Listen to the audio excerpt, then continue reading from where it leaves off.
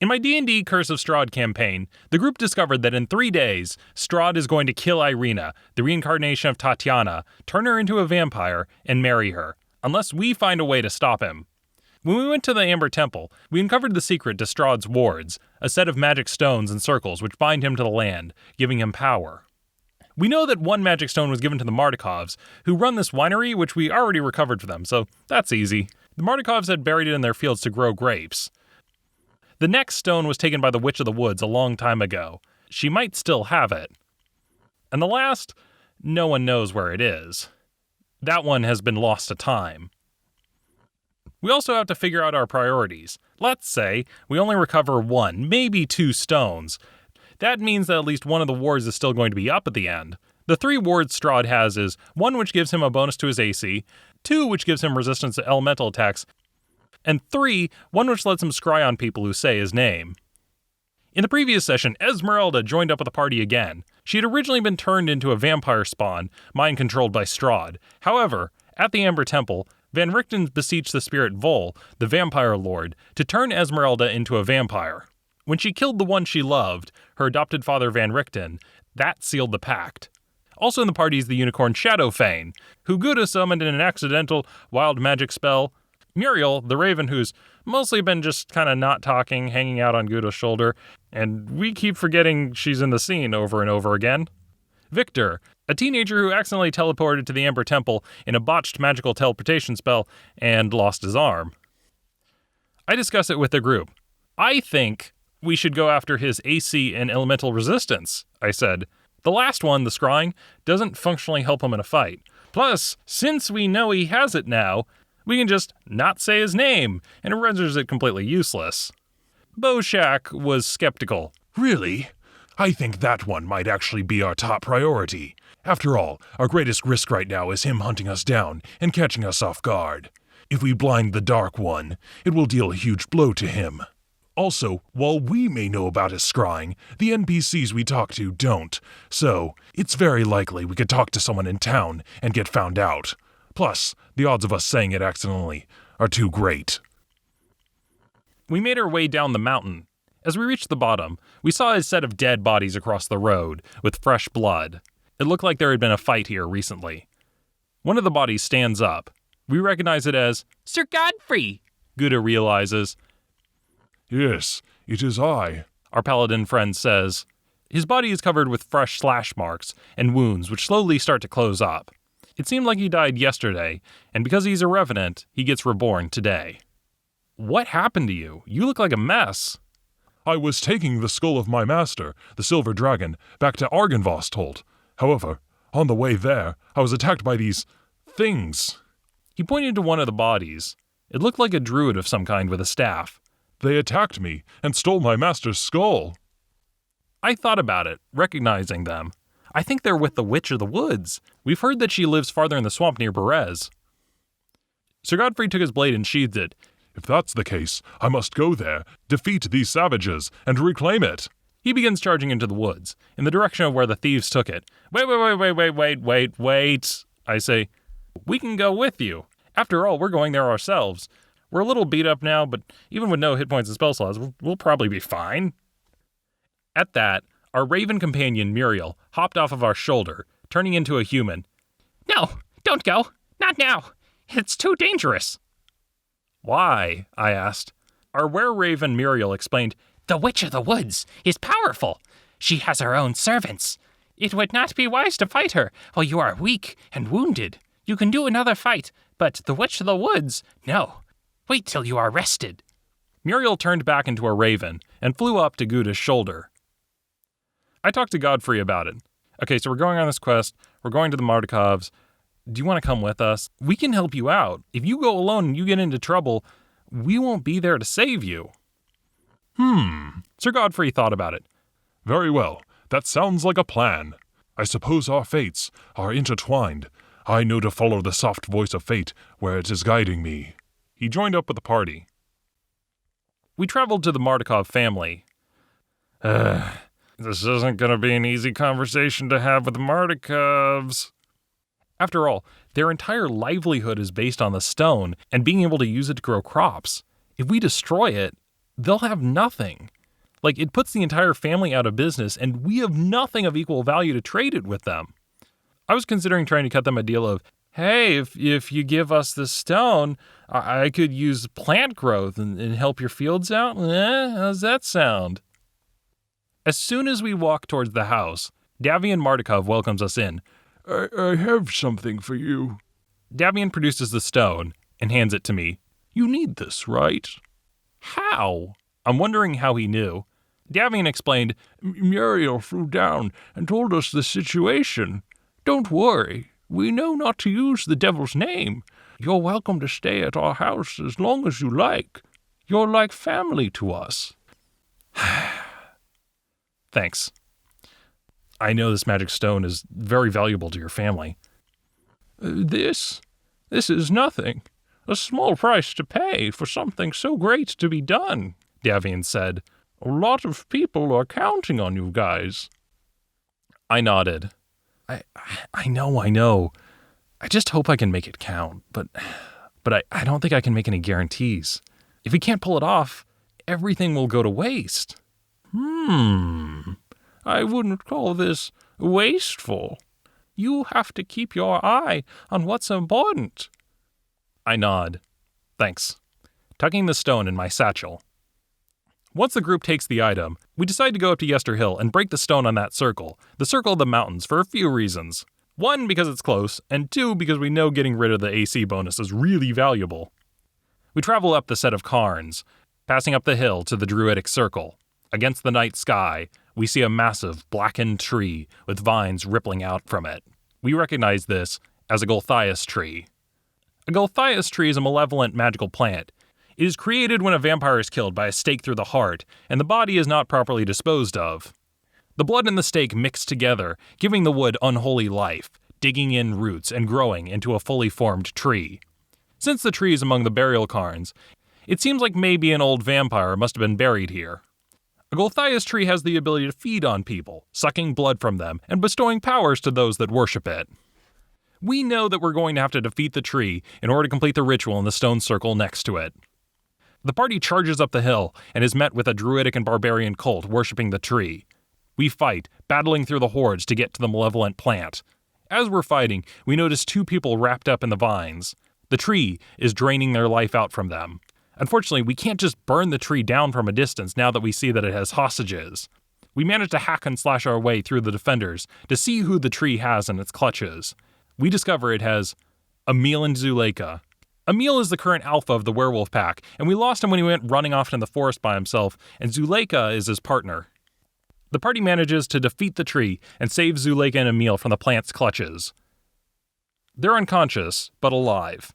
While they're resting, I go to the stone circle and start doing my chant, making my weird dances, and an hour later, it's done.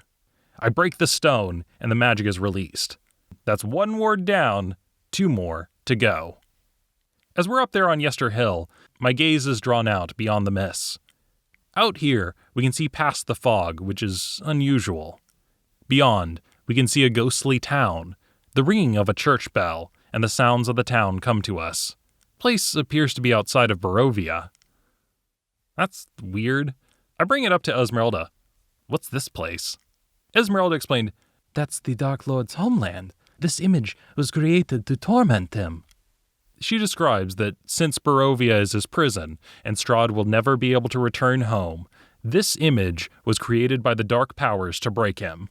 Every time he stands up here, it's filled with the smells and sounds and images of his home, so that he can be reminded of something he can never have and a place he will never be able to return to.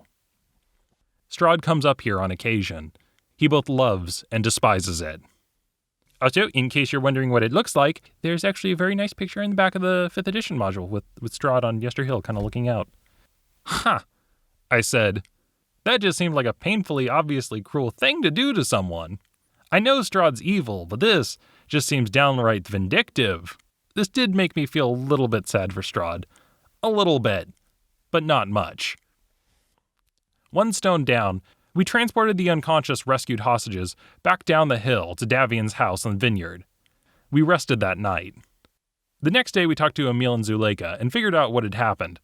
It turns out that Emil had gotten captured hunting Kirill, and Zuleika had as well when she tracked him down by scent. Emil was happy to know that there was a plan in motion to take down Strahd. So, we're finally going to be killing the devil. Excellent. The moment we've all been waiting for. I relish the moment I get to sink my fangs into his flesh and rip out his throat. But we still have a few more things to get prepared before we're ready. I think it's time I gathered my pack, and we helped you out. I give him the thumbs up. Great, that sounds good. What exactly did you have in mind? Emil snarled. We need more manpower. The devil is still outnumbering us. If we could get more people in the pack and then assault the castle, we could take it. I raise an eyebrow. Add more people to the pack? You're talking about turning people into werewolves. Yes, we're near the city of Vallaki. There's much fresh blood there. If we attack the city, we could turn plenty of people. Garo wanted to be perfectly clear what he intended to do. Let me just clarify. You want to attack a town and forcibly convert people there to be werewolves to go fight in this war? Yes. Oh! It slowly dawns on me. Emil's actually a bad guy. The DM clarified. When you guys had first met him, the group asked Emil if he was okay with slaughtering humans or okay with hunting them. He said no, he doesn't want to kill them. Specifically, kill them. Instead, he wants to convert them to grow the pack. Both Emil and Kirill had the same goal, but one was loyal to the other werewolves, and the other was a sellout. Garo immediately just tries to talk him out of it. I don't know if that's gonna be the best idea. I mean, Vallaki's really strong. The guards, they're pretty tough. I got my ass kicked just going in the door. Emil growled. My pack is strong. You were just weak. Okay, first, rude. Besides that, even if you can convert people, there's no reason to listen to you. They will. I will force them. I will make them bow to me and bend them to my will. It's not gonna work. It will work. I am the strongest. No one can stand before me. Oh, I'm sorry, my memory's bad. Who was the one again who spent the last 3 fucking months rotting his ass in a motherfucking dungeon because he got his ass handed to him by another werewolf? A dungeon which I remind you, had to bust you out of. And where were you 3 months ago? I've lived here my whole life. You've been here for a week. And I did spend that time in the dungeon. He deserves to pay for what he did. Yeah, everyone suffered. Everyone's in danger. I get it. There's a big old long line of people who want to give the Dark Lord the old 1-2. Once this is all over, we'll all get together, hold a big fucking pity party talking about how bad we all had it. How's your friends? It'll be great. Something needs to be done about the town. The people there are useful tools. As they are now, they're nothing more than easy prey for the vampire spawn. He could convert them into his minions. If you gave half of a fuck for them, you'd leave them out of it. They're not involved in this war. They're innocent civilians. They're already involved in this battle whether they want to or not. Their lives are in danger each day. I'm just giving them a fighting chance. Forcing them to have this curse? It is a blessing. You mortals and weaklings have such a narrow-minded view of the world. A single werewolf can take out many, many humans. And once they have received it, they will come around to our way of seeing things. Garo leans back, thinking. You know what? You're right. Garo nods. You're right. We're short on men. We need more men. This will get us the men that we need to do the thing we need to do. But my answer's no. Why no? A line in the sand, I guess you could say. It's the wrong thing to do. It's wrong to convert people against their will to be werewolves. I'm not asking for permission. I don't care about your codes. Me letting you know about this was a mere courtesy. It will be happening. I am going to the mountains, grab the rest of my pack, and we will attack the city. That is going to happen. No. You don't get to tell me what to do. Well, let's see what my persuasion roll is. Grabbing my dice. If it's good, maybe I do get to tell you what to do. Gotta just grab my dice and give 'em a little roll. It's math time with Puffin. What's 3 minus 1? That's a 2. Wah, wah, wah. I'm getting desperate. Come on, just give us a week before you do anything hasty. Like, come on. Then Gouda tries. Oh no, attacking the town? That would be like really, really bad. Just give it a week, okay? Don't do this now. It'll just cause us trouble. Then Gouda rolls. The DM lets her know that Emil really, really wants to do it. You need a 23 total to persuade him. Gouda rolls a 25. Zuleika comes over to her husband and holds his hand. They're just asking for time. They helped us. This may not be the best time for us to fight. Emil starts to calm down, reluctantly nodding. Fine. You have a week. I will let you try your miserable plan. Then, once you see the failings of your way, you will come around to my way of thinking. I say nothing. We're just eyeing each other. Emil gives us another proposition. Who here would like to rise up and accept this blessing of becoming a werewolf? There's a long pause. Krusk stepped forward. You know what? I think I would like to become a werewolf. I could use more power, especially since Bogtrue turned his back on me. You sure about this? I ask. Before he could dispute it, Emil steps over to Krusk, transforms into a werewolf, and bites Krusk, who accepts the curse. Krusk is now a werewolf. Once they're done, Emil and Zuleika leave the house, transforming into their wolf forms as they bound into the forest, leaving us behind.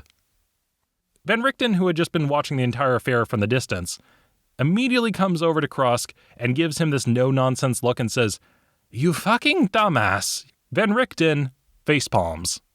Krusk was defensive. What? Boshak explained, Do you remember what happens when you get turned into a werewolf? You go feral, killing anything that approaches you for days. We don't need you going feral. We have a thing to do in 3 days. Oh. Krusk realizes what he meant. Van Richten cast Remove Curse on Krusk, ending the lycanthropy. He didn't even have it for more than a few minutes before it was taken away from him. The DM just waved his hands. You're not going to take any damage from the bite attack. I start rules lawyering to the DM. Actually, it would do at least like strength modifier damage, so for a werewolf, it might be 3 minimum. No, I'm the DM. He's not taking any damage. Well, I was indignant, explaining to him, no, listen, you have to have him take some damage. Like with a baby, if they touch a burning stove, they need to learn. If he doesn't take damage, he's not going to learn. The DM was like, shut up, Carl. I'm the DM. You don't get to tell me what to do. I tell Gouda, I was going to kill him.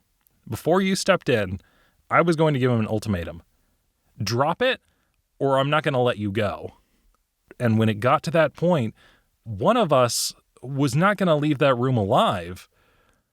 I'm not letting him leave when he says he's going to attack the town. Like, I'm not even going to risk it.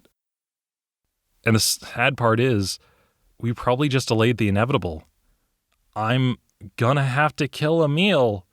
He's become a problem. I look to Boshak. What about you? You've been awfully quiet. Have you reached a decision? Boshak explained, Yes.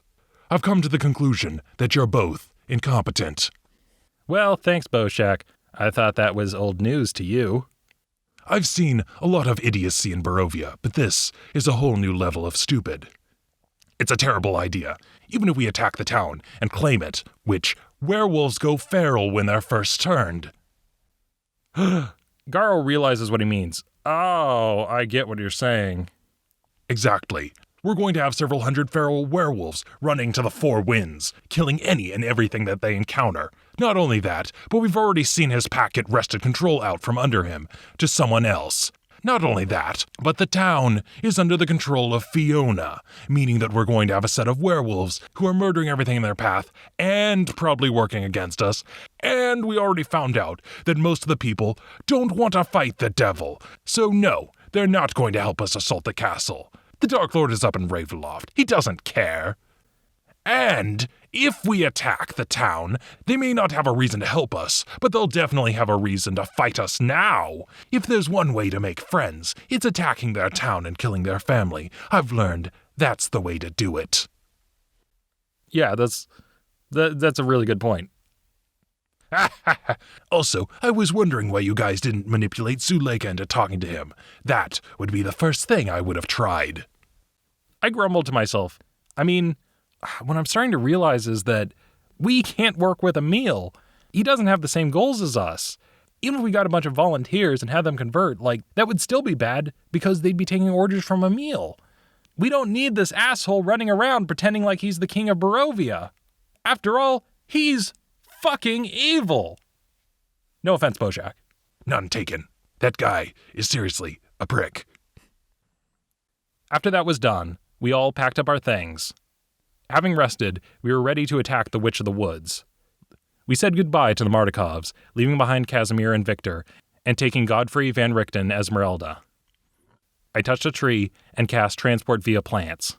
The plant creaked and groaned as it bent, opening up a doorway. This created a portal, with the other side opening up deep into the swamp. The entire group went through, passing to the other side. I went last, closing the gate behind me. As the doorway sealed shut and we arrived in the swamp on the road to Perez, with 1 stone down and 2 more to go, that was where that session ended.